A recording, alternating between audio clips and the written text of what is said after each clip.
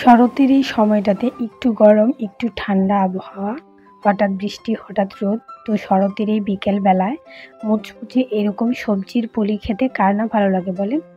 তো বিকেলবেলা চায়ের সাথে খাওয়ার জন্য এরকম একটা রেসিপি খুব পারফেক্ট। তো এখানে আমি শুরুতে একটা কাপের মধ্যে অল্প একটু গরম জল নিয়ে নিয়েছি। তারপর 1 চামচের মতো চিনি আর 2 চামচের মতো ইস্ট দিয়ে দিব। আগে ইস্টটাকে অ্যাক্টিভ করে নেব। ইস্টটা অ্যাক্টিভ করতে হবে কারণ ডোটা ফুলে যাওয়ার জন্য। তো ইস্ট অ্যাক্টিভ করা হয়ে গেলে 15 মিনিটের জন্য ঢেকে রেখে দিলাম। এদিকে আমি বাটিতে পরিমাণ মতো ময়দা নিয়ে নিয়েছি, 2 কাপের মতো ময়দা নিয়েছি। তারপর এখানে দিয়ে দিব পরিমাণ মতো চিনি। আপনারা আপনাদের পরিমাণ মতো দিয়ে দিবেন। এটার স্বাদটা একটু ঝাল একটু মিষ্টি। তো এখানে আমি লবণ দিয়ে দিচ্ছি আর মাখার মধ্যে দিয়ে দেব অল্প একটু বাটার। তেলটা আমি কম ইউজ করব, এই জন্য বাটার দিয়ে দিচ্ছি। তারপর অল্প একটু তেল দিয়ে দিলাম। এখন ডোটা হাত দিয়ে ভালো করে মেখে নিব। আর তেল চিনি সবগুলোকে ফিক্সড করার জন্য একসাথে সুন্দর করে মেখে নিতে হবে। তারপর এখানে আমি ইস্ট গুলে রাখা ইস্টটা দিয়ে দিলাম। এই যে দেখেন মাখানো হয়ে গেছে। তারপর আমি একটু কুসুম গরম জল দিয়ে দিচ্ছি অল্প করে। খানো শেষ পর্যায়ে হয়ে আসার পর এটাকে এখন আমি রেস্টে রেখে দেব।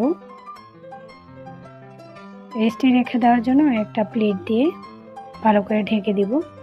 আর এদিকে আমি সবজির পুলি তৈরি করার জন্য আমি শুধু নিয়ে নিয়েছি অল্প একটু বাটার, তেল ইউজ করি নাই, বাটার দিয়ে সব কিছু করলাম।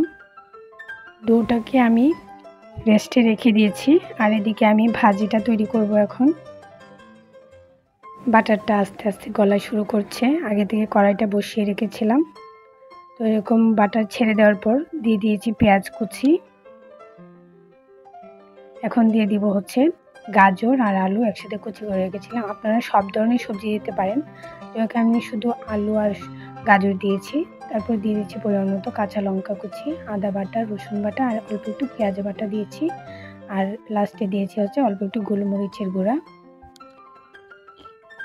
এদিকে ভাজি প্রায় রান্না করা শেষ। এখন আমি রেস্ট থেকে এটাকে তুলে নিব। দেখেন কত নরম হয়ে গেছে। এখন অল্প অল্প করে ভাজি দিয়ে আমি এটার আকার তৈরি করব। এখন আমি পুলির আকার দিচ্ছি। পুলির আকার দিয়ে প্রায় কয়েকটা ভেজে নিয়েছি। এই যে দেখেন ফাইনালি সবকিছুর লুক কত সুন্দর হয়েছে দেখতে। বাসায় ছোট বড় সকলের জন্য এই রেসিপিটা অসাধারণ। বিকেলবেলা চায়ের সাথে খেতে তো সেই। অবশ্যই আপনারা বাসায় একবার হলেও ওটা বানিয়ে দেখবেন। আর আমার রেসিপিটা কেমন লেগেছে অবশ্যই কমেন্ট করে জানাবেন।